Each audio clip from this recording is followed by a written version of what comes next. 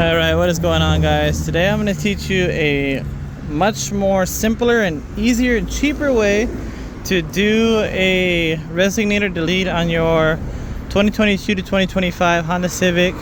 This one is my SI, and in this case right now I do have the main big box outside. I did remove our Resignator right over here, which is essentially just little air that gets collected up in here, and because in California they have a lot of restrictions here, so we got that giant box down there. Before I get into the nitty-gritty details, I'm just going to show you guys everything out front. Tools you'll need is going to come up right now, and also how to do everything. I'll show you that in just a second. So we have our main big box that's going to be in the bottom side of the vehicle. This is where our charge pipe is going to be channeling air in here, and the air cuts off a lot of boost. So this is a quick, cheap, and easy way how to get a lot of horsepower. Now PRL, I didn't do all the work first because of all the stuff right here, so I'm trying to make this video as quick as possible. But PRL does sell a kit for about $40, guys. You can get this on Amazon for $10. And I had to go with the gray because you already know Sonic, well, Urban Gray Pearl with the gray caps, why not? So to get more into detail with everything, you're gonna have a push pin right here, a couple of 10s. And I found the best way to do this, especially if you have a limited amount of tools, because all my tools are with the Fiat right now. You can go ahead and get yourself a flathead and just push in and out, and then you'll be able to push out all that. So once you get all that removed, you'll be able to get this 10 on the bottom end, which I'll show you right now. Let me assemble everything. Watch, I'll show you in just a second. So down it goes, and you can't even tell that anything ever happened. We are going to get our other 10s back in here, so that way everything fits nice and neat. You have one 10 right here, one 10 down there, another 10 right here, another 10 right here, and a push pin right there. Now to get those out, the long ones, I went ahead and got my magnet tool. I was able to go ahead and get that carefully down there so nothing fell out of the way. And now we have our push pins that we have to reassemble back in the holes. So this one is going to be looking like something like this. Again, it just has a little tiny pin in there, just like that. We're gonna get the other ones in there. So that's gonna be it for the top side. Now for the bottom side, it's gonna be a little more trickier. You have octopus pins, and you have these other weird pins like this. So you also have a few different Phillips heads, which are gonna be on our main side. So it's going to be right here, and also right down here. That's gonna be where our Phillips are at. I do have to put these brackets back in, so that way it will tighten back down to the chassis area. So look, so you got one right here, and it looks like this one is just floating right there. But after you get your fender liner removed, sorry for the loud traffic, but once you get everything removed, you're gonna have these 3 silver screws, and those 3 are gonna be holding down the box. So inside over here, you can see where I put that bottom bung at, and I did use a factory hose clamp. So you have one screw right there, you have another one back there, and another one somewhere up here. There you go. So you got those 3 screws that are gonna have to be removed to remove the box. Once you remove the box, then you can get a 10mm. This is all gonna be simple, guys. 10mm flathead and a Phillips.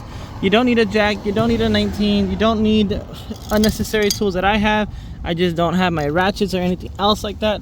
It's super simple, just 10, Phillips, and flathead, and maybe even a magnet tool, make life easier. And those are essentially the few tools that you're going to need. Like I said, it does help out to have a few 10s laying around. I do have another one, a little shorty right here, but super easy to remove the box. It doesn't take that long of a time, guys. It does save you tons of money just buying these little things right here. I'll show you right now what they look like in here. At first when I got them and I saw the bag, I was kind of panicking, but one thing led to the next, and I decided to pull the box, and I was like, okay, well, the general size of the PRL kit is around a 30mm to 31. So I was like, all right, well, let me go get a 31mm air bung, and you can see right there it fits on pretty snug. And with the hose clamps, it's just going to ensure that it doesn't fly off. I did also turn the car on and gave it a little bit of a rev to make sure that it's not going to suck it inward. because this is a high airflow area. However, though, the air is just going to go right in here and it's not going to be sucking in air as much. So this is totally fine, even though there's a little bit of a squishy. I did end up getting some other silicone caps. I'm going to return these and I'll show you right now what they look like. So you can see right here, they're black, they kind of fit in, they have a little mouthpiece, but honestly, maybe later on down the line an aluminum billet one would be nice, just to go all the way in there, so we don't have to worry about it coming out or sucking in over time, because this is all silicone. Silicone over time does break apart.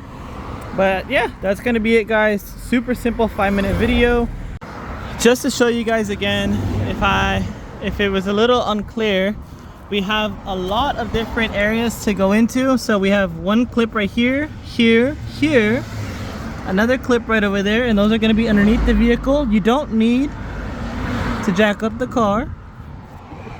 You also have a couple of clips inside there. You can see that things kind of loose, and then you also have some few headliners clips. So a few clips, a few Phillips, and a few 10s.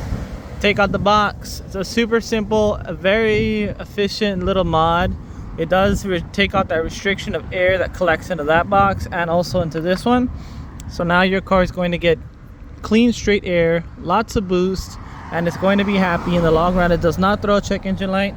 So any questions, comments, concerns, comment down below, guys. Make sure to share the video, like the video, all that fun stuff. And yeah, so one more thing before we actually end the video. The hose clamps did come off of here. Once again, you're gonna need 2 10s. This thing's gonna be into the car like that with the box. So it's gonna be connected like that into the car. I loosened both ends. Then from there, I just kept pulling and pulling and pulling. And then after that, I was able to get the hose clamps off and then tighten the one to the car. And I tightened the one up there. As you guys can see, it's right there. So I reuse all the factory things. The only thing I'm not going to be using is the 3 shiny screws right over here, and also this big box. Looks like I had a little rock chip right there from Monterey Car Week. That kind of sucks. But as always, guys, stay safe and stay